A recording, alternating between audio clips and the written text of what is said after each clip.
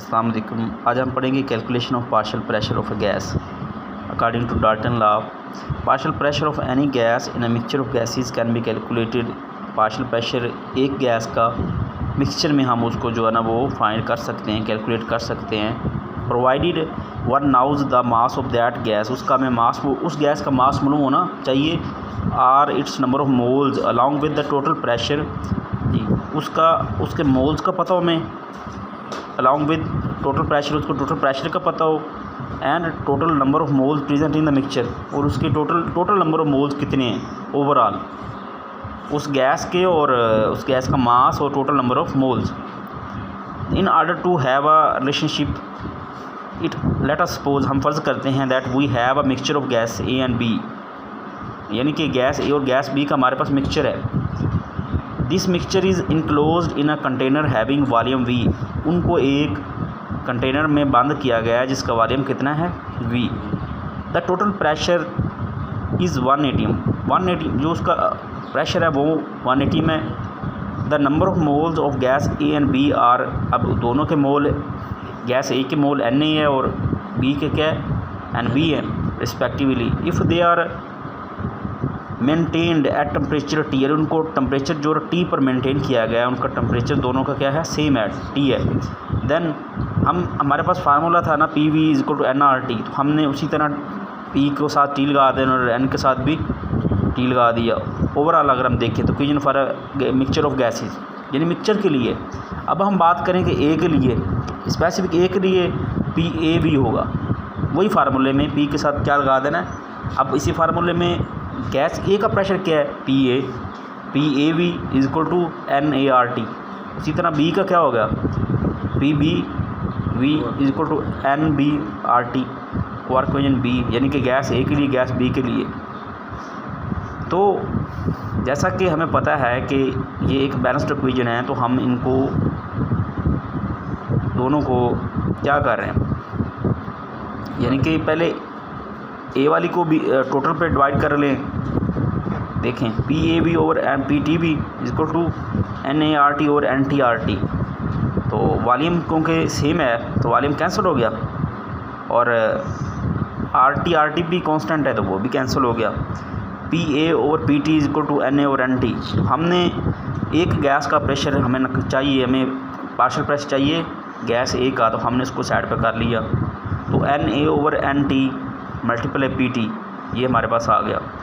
तो PA partial pressure जो ए का है, अब NA और NT जो है ये क्या है, is a mole fraction of gas A. Mole fraction से मुराद है कि उस गैस का जो फ्रैक्शन है ओवरऑल, उस गैस के number of moles total moles के साथ, इसको फ्रैक्शन बोलते हैं। X is a mole of fraction of gas A.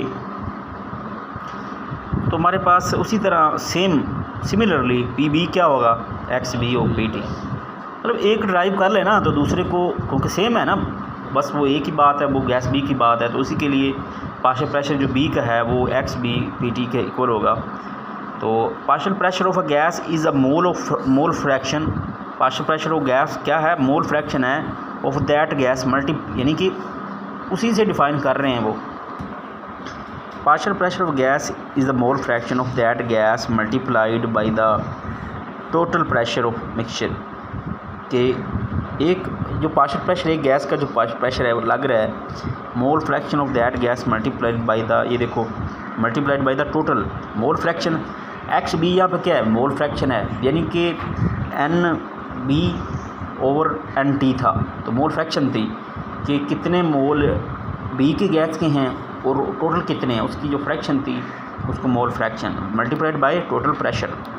Remember that mole pressure of any one, याद रखें कि मोल फ्रैक्शन जो एनी किसी गैस के हैं in the mixture is less than unity, वो एक से कम होते हैं। Moreover the sum of mole fraction is always equal to unity.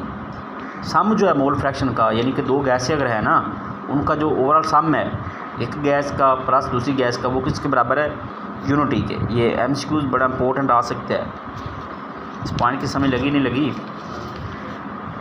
यानी कि दो गैसें हैं ना हमारे पास, ये कह लो, ये दुखना एक गैस के मोल कितने हैं, Na, तो दूसरी के क्या हैं NB, तो टोटल वो कहता है किसके इक्वल होना है, यूनिटी के। और एक गैस के पीछे उसने बोला one mole fraction of any one of the gases in the mixture is less than unity. एक के क्या हैं, एक के हमेशा वो कहते हैं कम होंगे और ओवरऑल जो है ना कितने होंगे, 1 होंगे, यूनिटी होंगे, यूनिटी से ज़्यादा नहीं होंगे। ये करनी है एग्जांपल, नेक्स्ट करनी कि कर लें। तो ये हमारे पास एग्जांपल देख लें, हमारे पास वैल्यूज़ गिवन है। Volume of mixture of gases 13 decimetre cube है, टेम्परेचर जो है वो 37 डिग्री सेल्सियस है। हमने केल्विन में कन्वर्ट करना है, क्योंकि हमें जो भी न्यूमेरिकल करना है उसमें पहले हम केल्विन में उसको चेंज करेंगे। 273 जमा करेंगे तो 310 केल्विन बन जाएगा। तो प्रेशर ऑफ मिक्सचर, प्रेशर कितना है, 180 में है। तो first calculate the total number of mole present in the mixture of gases by the applying the general gas equation. Total number of mole हम फाइंड करेंगे। हमें वैल्यूज़ जो दी गई हैं, प्रेशर का हमें पता है कि 180 में है, वॉल्यूम का पता है 13 डेसीमीटर क्यूब है, जनरल गैस कांस्टेंट की हमें वैल्यू का पता है 0.0821 डेसीमीटर क्यूब। यूनिट साथ याद रखें क्योंकि हमने पढ़ा हुआ है यूनिट में और यूनिट जो हैं उनमें वैल्यूज़ और हैं। तो 0.0821 डेसीमीटर क्यूब ATM पर केल्विन पर मोल ज़रब 310 केल्विन जो हमने निकाला है अभी। तो ये टोटल मोल कितने हो गए, 0.50 मोल टोटल हैं। Total number of moles of H2 helium and methane, तीनों के मिला के इतने हैं। तो मास ऑफ H2 हाइड्रोजन का मास कितना है, ऊपर हमें दिया गया है, इधर वैल्यूज़ दिया गया है। हाइड्रोजन का मास 0.8 ग्राम है, बाकियों का भी दिया हुआ है। तो नंबर ऑफ़ मोल्स, जैसा कि हमने 9th 10th में भी पढ़ा था कि मास ऑफ, हमने नंबर ऑफ़ मोल निकालने हो तो कैसे निकलते हैं, मास ओवर मोलर मास। तो मास कितना है हाइड्रोजन का 0.8 और मोलर मास कितना होता है 2। तो होता तो 2.0016, लेकिन हम उसको 2 ही ले रहे हैं। तो ये कितना आ गया, 0.40 आ गया मोल्स। यहाँ लिखना चाहिए था वैसे साथ मोल्स, बट मोल्स दरअसल फ्रैक्शन होती है, लिहाजा वो नाल इसका यूनिट कोई नहीं होता, लेकिन ये बताना है कितने मोल है। सही है, मोल साथ जिस तरह ये लिखा हुआ ना मोल लिख दें तो अच्छी बात है, अदरवाइज़ इसका कोई यूनिट नहीं है क्योंकि मोल फ्रैक्शन है ना ये। तो मास ऑफ जो हीलियम कितना है 0.12 ग्राम ऊपर दिया हुआ है। तो अब नंबर ऑफ़ मोल्स इसके कैसे फाइंड करेंगे, हीलियम के नंबर ऑफ़ मोल्स कैसे फाइंड करेंगे, कैसे, हाँ इतने जल्दी भूल जाते हैं डिवाइड करके। भाई किसको डिवाइड करके, पता तो होना ज़रूरी है ना। तो ज़हन में रखें कि मास ओवर मोलर मास को डिवाइड करेंगे तो हमारे पास क्या आएगा, मोल्स आ जाएंगे। तो देखें 0.12 ओवर 4 ग्राम पर मोल, तो 0.03 हमारे पास मोल्स आ गए हैं। नंबर ऑफ़ मोल, उसी तरह मीथेन की बात करें। अब वो कहता है कि टोटल में से, अब देखो इस फार्मूले का उस तरह भी फाइंड हो सकते थे, बट हमें उसने ऊपर मास नहीं दिया मीथेन का, हम कैसे निकालें फिर। हम ये बात कह सकते हैं ना कि 2 के मोल का भी पता चल गया, हाइड्रोजन का भी पता चल गया, हीलियम का पता चल गया। अब हम ऐसा भी कर सकते हैं कि इन दोनों के मोल जो हैं वो टोटल में से निकाल दे, तो बाकी किसके बचेंगे, ठीक है ना। सपोज़ करो बेटा एग्जांपल एक मैं देता हूँ, एक बच्चे के वो कहता है 10 रुपये हैं, टोटल पैसे कितने हैं 10। एक बच्चे को, ये चलो एग्जांपल ये इसी में से देख रहे हैं, 0.51 पैसे हैं।